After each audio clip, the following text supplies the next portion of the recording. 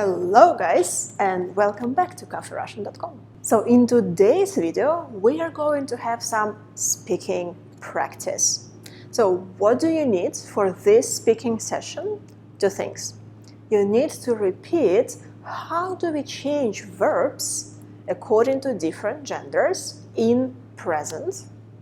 And you need to remember how can you say often and rarely. So if you don't know these rules, I would really recommend you to open it and repeat it briefly, then come back to the video and practice together with me.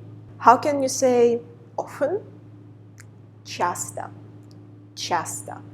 How can you say rarely? Редко. Редко. So first I'm going to give you sentences in Russian. We are going to discuss them together and then you will try it yourself, translating from English into Russian. The first sentence. Я часто сплю до обеда. Я часто сплю до обеда. Я means I. Часто, you know, often. Сплю, it's a verb спать, to sleep. But we changed it because we have I as the subject. Я сплю. Я часто сплю. До means until. Обеда. What is it? Lunch. So until lunch. Here, до обеда, we change the word обед, lunch, because that's another case. We are not going to speak about it in this video, so if you say до обед, that's all right. You can say it this way. It is still understandable. What do you want to say? You don't need to be 100% correct when you speak Russian. So just relax and, say it the way you can. I often sleep till lunch. Я часто сплю до обеда. Try to repeat the sentence out loud. That's really important. Now, the second sentence. Он редко покупает фрукты. Он редко покупает фрукты. Он means he. Покупает means to buy. Покупать. And we changed it because the subject is он, he. Did I say редко? Rarely? Did I? Okay. Rarely. Редко.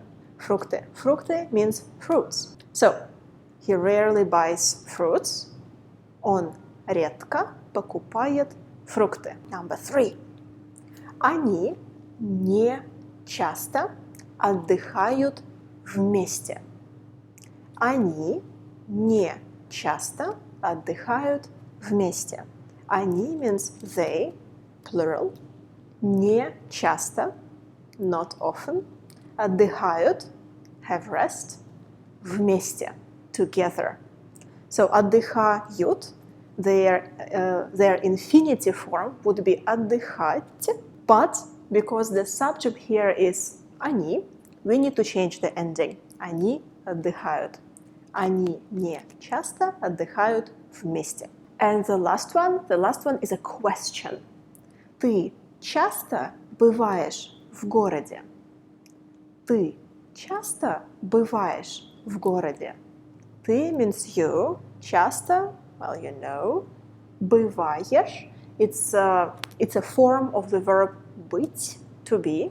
We change it because the subject is you, ты бываешь в городе, in the city. And same, we change городе, not город, because of the case. Don't worry about that.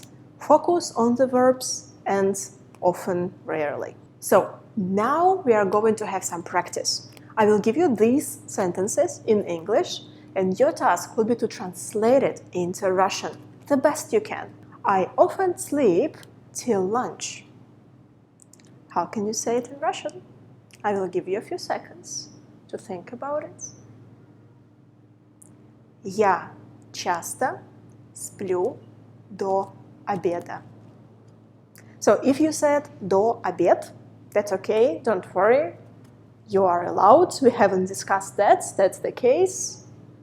In another video. Number 2. He rarely buys fruits. We'll give you a few seconds. Really think about it. Let's check it out.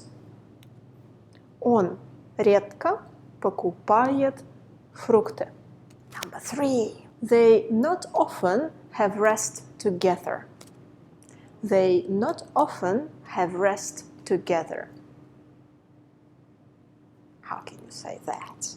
Они не часто отдыхают вместе. And the last one. Are you often in town? Are you often in town? And by the way, while you're thinking, I will give you some more information. When you say this way, like in the city, of course you mean the downtown. Well, if you know that the person lives in the countryside, you can mean the city in general. But if you know that the person lives in the suburbs, for example, when you say the city, like, are you often in the city? Of course you mean, like, are you often in the downtown? And I think you've had enough time. Ты часто бываешь в городе? Alright, this is it for today, guys. I hope it was useful. So I really encourage you to practice more to speak this way. Listen the sentence, then just give yourself some time to think and analyze it. Then try to repeat it again. Try to make it again from English into Russian. Very useful practice. And if you are interested in Russian language and if you are looking for a tutor, I'm here to help you guys. So at my lessons, I use a really revolutionary method of teaching Russian. What does it mean? We are going to master this language through conversational practice. Yes, even if you don't know a word in Russian, we are going to start very simple, very basic, but from the first lesson. Of course, we'll discuss the grammar and vocabulary, we can't do without it, but we'll do it from the conversational side of it. Alright, guys, and I see you soon in the next video. Хорошего дня. Пока-пока.